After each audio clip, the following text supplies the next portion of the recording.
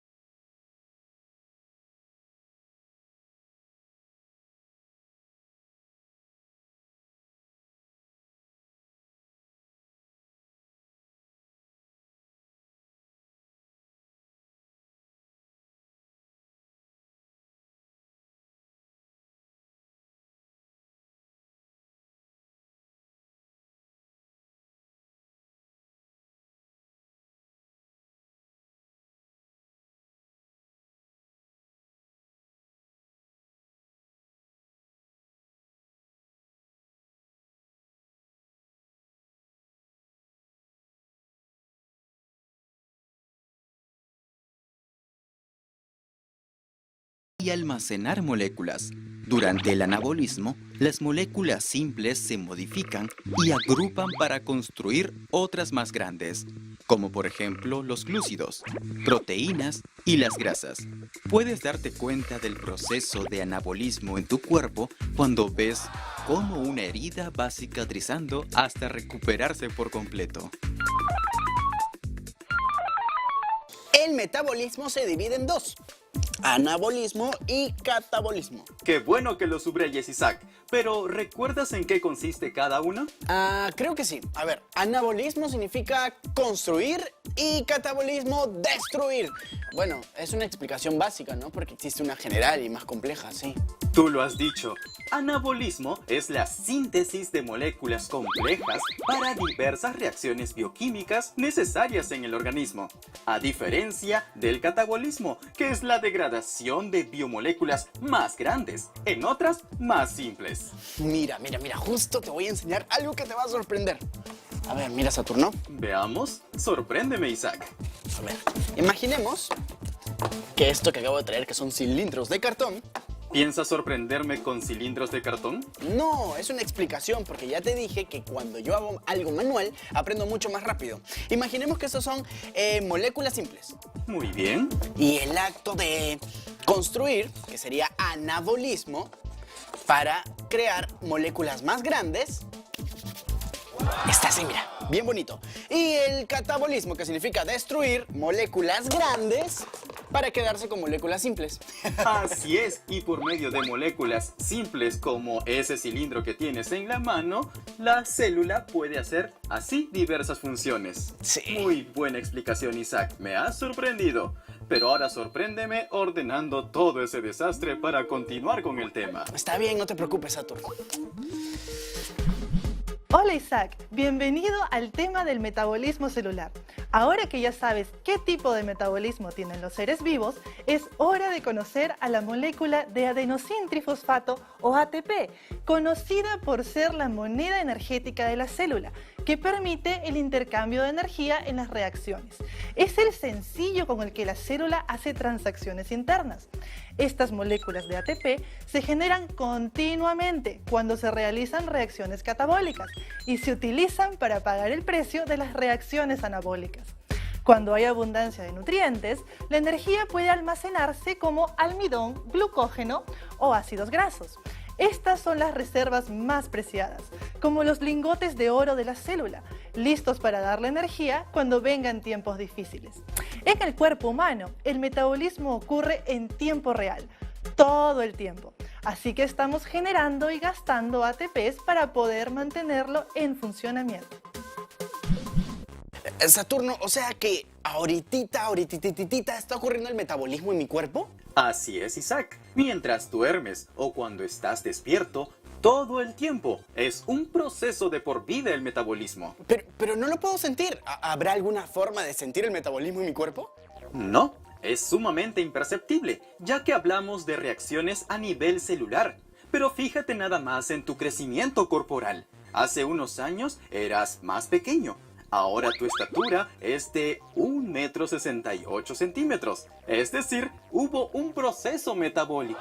La verdad que sí, ya siento el cambio del metabolismo porque mira, mis pantalones están como que achicándose un poquito, ¿no? Es momento de conseguir nuevos pantalones, Isaac. Sí, creo que sí. Pero al menos has entendido el proceso de metabolismo. Sí.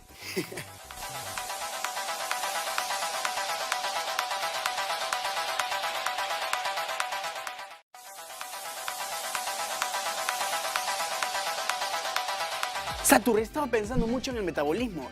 Y en el colegio me tocó la clase de rutas metabólicas. ¿Y qué has pensado sobre el metabolismo y las rutas metabólicas? Bueno, aprendí que las rutas metabólicas son caminos si bien para construir o destruir complementos para células.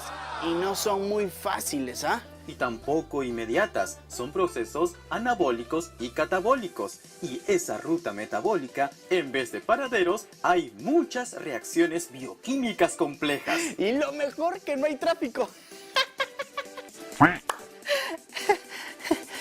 Creo que va a haber video, ¿no? ¿Sí? Vamos al video, sí.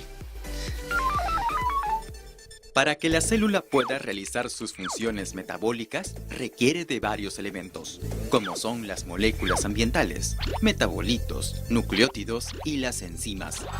Vamos a conocerlas una por una. Comencemos con las moléculas ambientales, como el oxígeno, el agua o el dióxido de carbono. Se encuentran al inicio o al final de algún proceso metabólico. Pueden funcionar como materia prima o productos de desecho según el proceso de la célula. Los metabolitos son sustancias que serán degradadas o partículas pequeñas que se procesarán para construir moléculas más complejas y así puedan realizar diversas funciones en la célula. Mientras que los nucleótidos son un grupo de moléculas formadas por una pentosa, un grupo fosfato y una base nitrogenada. El grupo fosfato de estos nucleótidos tiene un enlace de alta energía, y esta energía será usada en otros procesos de la célula. Por ahora, recuerda que romper enlaces químicos libera energía. En el metabolismo participan las enzimas, que son proteínas que facilitan y aceleran las reacciones metabólicas. Hay varios tipos y tamaños de enzimas, y todas ellas cuentan con un sitio activo a donde se le unirá un sustrato. Un sustrato se unirá a una enzima únicamente si encajan entre sí, como dos piezas de rompecabezas. La enzima ayudará a acelerar el proceso de degradación o de síntesis, generando nuevos productos. Surgieron dos modelos para explicar esta unión enzima-sustrato. La primera, el modelo llave-cerradura. Este modelo explica que la enzima actúa como una cerradura y una llave. Es decir, que cada enzima solo acepta sustratos que tengan la forma exacta a la de su sitio activo y no se unen con cualquier sustrato. Y el otro modelo es de ajuste inducido, donde la enzima es más flexible en su sitio activo, pudiendo adaptarse a otros sustratos mediante la unión de enlaces. Las enzimas que participan en procesos de degradación de sustratos generan adenosintrifosfato, o más conocido por sus siglas, ATP. El ATP es un nucleótido que se aprovecha inmediatamente para sintetizar energía. Y recuerda, el metabolito más usado por los seres vivos para obtener energía es la glucosa. Si no existieran las enzimas, las reacciones serían lentas. Eso quiere decir que tendremos un metabolismo lento. Un metabolismo detenido, querrás decir. Sin las enzimas, los seres vivos estarían condenados simplemente a la extinción. Exacto, y las enzimas también son muy importantes. Por ejemplo, esta enzima es una proteína. Y si se junta con este sustrato, juntas, crean una reacción y cambia de forma. Es lo más interesante. Así es, cambia de forma ese sustrato y por tanto su función. Sin unión, no hay reacción. Pero, Saturno, una pregunta. ¿Qué pasa con las enzimas? Luego con esa enzima seguirá actuando con otros sustratos hasta que se desgaste y haya que reemplazarla por una nueva. ¡Wow! Pero atento, Isaac, hay un nuevo mensaje de la profesora. Claro que sí, vamos a verlo. Veamos, Isaac. Una vía metabólica es una serie de pasos donde un metabolito es modificado en cada uno de los pasos y termina en un producto final. Cada paso es catalizado por una enzima específica. Pasar del metabolito A al metabolito B requiere a la enzima 1 y pasar del metabolito B al metabolito C requiere de una enzima 2. Una enzima es específica porque solo se va a unir a ese sustrato o metabolito y realizará una acción determinada, que puede ser cortar el metabolito en cierta parte, añadir un compuesto, romper o formar un nuevo enlace y así. Los nombres de las enzimas van a depender de 1. El sustrato al que se unirán, 2. El tipo de reacción que van a hacer y 3. La terminación asa. Por ejemplo, la alcohol deshidrogenasa es una enzima, termina en asa, que le quita átomos de hidrógeno, deshidrógeno, al sustrato alcohol. Siguiendo esa lógica, ahora podrás saber qué hace una enzima con solo escuchar su nombre. ¡Qué interesante! Saturno, entonces, ¿todas las que terminan en asa son enzimas? Correcto, Isaac, como el alcohol deshidrogenasa. Ah, me queda todo más claro. ¿Y las reacciones donde actúan las enzimas y los sustratos, dónde se encuentran? ¿En el citoplasma de la célula? Correcto, en el citoplasma de la célula. Pero también ocurren reacciones enzimáticas dentro de la mitocondria, por ejemplo. El núcleo celular. Y en otros orgánulos de la célula, tanto vegetal como animal. Cada uno tiene sus propios procesos. ¡Qué interesante! Entonces me voy a poner a buscar qué otros nombres tienen las enzimas y así las aprendo un poquito más. A ver. Así es, Isaac. Son nombres complejos, pero es necesario que las aprendas. Nació en Alemania en 1860. Descubrió los procesos bioquímicos que realizan las enzimas. Fue galardonado con el Premio Nobel de Química en 1907.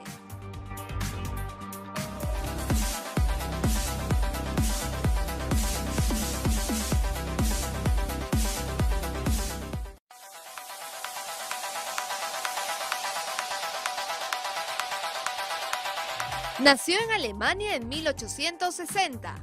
Descubrió los procesos bioquímicos que realizan las enzimas. Fue galardonado con el Premio Nobel de Química en 1907.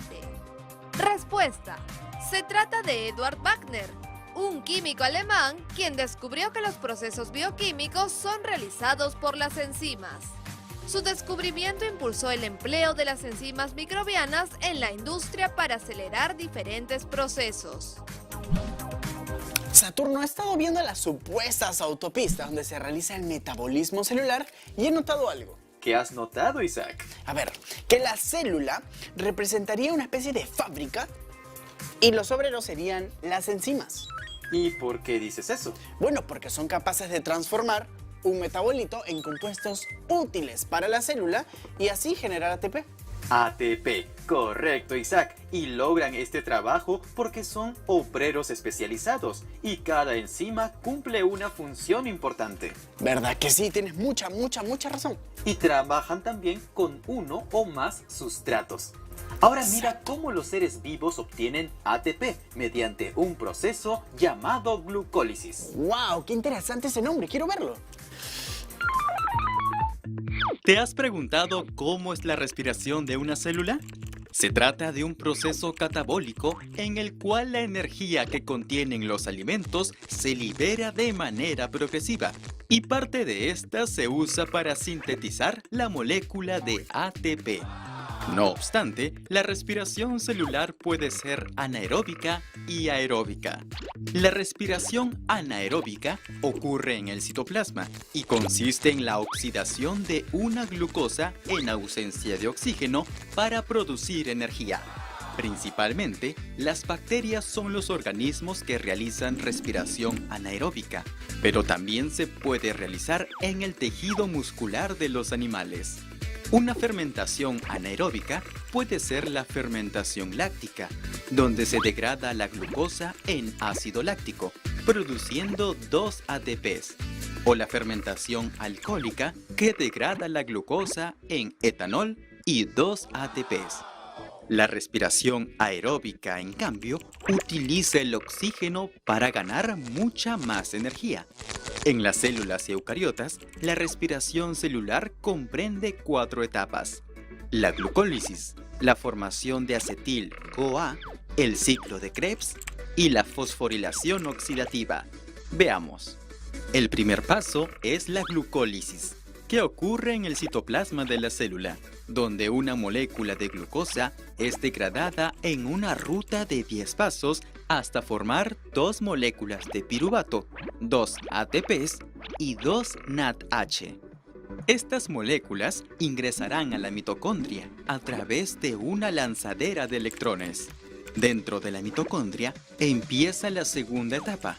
Los 2 piruvatos obtenidos anteriormente se transformarán en un acetil-coenzima A, que abreviado lo encontrarás como acetil-CoA, y 2 NADH. La tercera etapa es el ciclo del ácido cítrico, o más conocido como ciclo de Krebs, que se realiza en la matriz de la mitocondria. Aquí el acetil-CoA atraviesa 8 fases para generar oxalacetato y ácido cítrico. En cada fase de este ciclo se produce un GTP, 3 NADH, un FADH2 y 2 CO2. Y recuerda que se debe multiplicar esto por 2, porque ingresan 2 acetil-CoA. Y el resultado sería 2 GTP, 6 NADH, 2 FADH2 y 4 CO2. La cuarta etapa es la fosforilación oxidativa, la cual se realiza en la membrana interna de la mitocondria. Aquí se usarán todos los FADH2 y NADH+ que se generaron en los pasos anteriores. Por cada NADH+ se generarán 3 ATPs. Por cada FADH2 se sintetizarán 2 ATPs. Con ello se generarán de 32 a 34 ATPs. Al final de este proceso, se crean 36 o 38 ATPs por cada molécula de glucosa. Saturno, entonces la respiración aeróbica produce más ATPs, 36 o 38.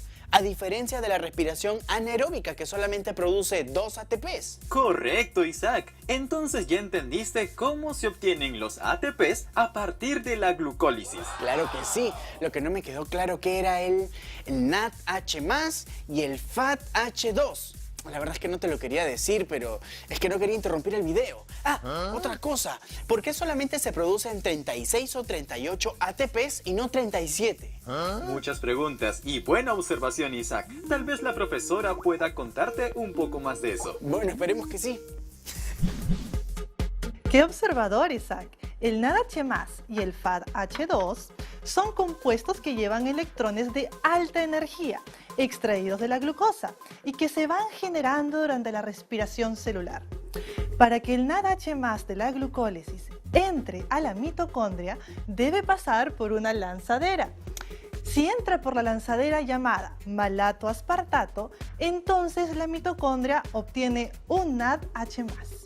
Si entra por la lanzadera llamada glicerol-fosfato, la mitocondria ganará un FADH2. Si recordamos que por cada NADH+ se generan 3 ATPs y por cada FADH2 se generan 2 ATPs, dependiendo de la lanzadera que se use, va a variar el número final de ATPs. Es por eso que el número varía de 36 a 38 al final de la reacción. ¿Por qué no lo compruebas tú mismo? Qué bueno que tengo mi cuaderno y mi lapicero para apuntar. A ver, sin contar los dos NADH+ de la glucólisis que están afuera de la mitocondria, ya ganamos 32 ATPs, ¿verdad? Veamos, Isaac. Si el NADH+ entra por la lanzadera malato-aspartato, tendrías un NADH+ que da 3 ATP. Entonces, 2 NADH+ por 3 ATP dan 6 ATP. Entonces, los 32 ATPs que tenía, más los 6, 38 ATPs. Tenemos 38 ATPs. Correcto, Isaac. Y si usaras la lanzadera glicerol-fosfato, ¿qué ocurriría? Bueno, el NADH+ pasaría como un FADH2 y así obtendríamos 2 ATPs. Correcto. Y tendríamos que 2 FADH2 por 2 ATPs me dan solo 4 ATPs. Más los 32 ATPs que ya tenía serían 36 ATPs. Y por eso es que nunca habrán 37 ATPs. ¡Excelente trabajo, Isaac! El metabolismo es un proceso realizado por los seres vivos donde se adquiere energía para las diversas funciones de la célula. Tiene 2 fases, el catabolismo y el anabolismo. El primero consiste en la destrucción de moléculas grandes a otras más simples, y el anabolismo es la construcción de moléculas grandes a partir de partículas más simples. Existen 2 tipos de metabolismo, autótrofo y heterótrofo. La respiración celular es el proceso en el que la célula degrada la glucosa con el fin de obtener energía para la célula. Puede ser anaeróbica, o sea sin oxígeno, o aeróbica, usando oxígeno. La respiración celular aeróbica se realiza en el citoplasma de la célula y en la mitocondria, pudiéndose obtener de 36 a 38 ATPs a partir de una molécula de glucosa. Bueno, Satur, estoy súper feliz porque he aprendido todo sobre la respiración celular y el metabolismo celular. Excelente, Isaac. Y ya sabes, no dejes de repasar tus apuntes. No, claro que no, lo voy a repasar. Pero ahora me tengo que ir a mi clase de esgrima porque tengo que hacer muchos ejercicios. Con mucho cuidado, Isaac, poco a poco. Sí, tranquilo. Chao, Saturno. Hasta la próxima, Isaac.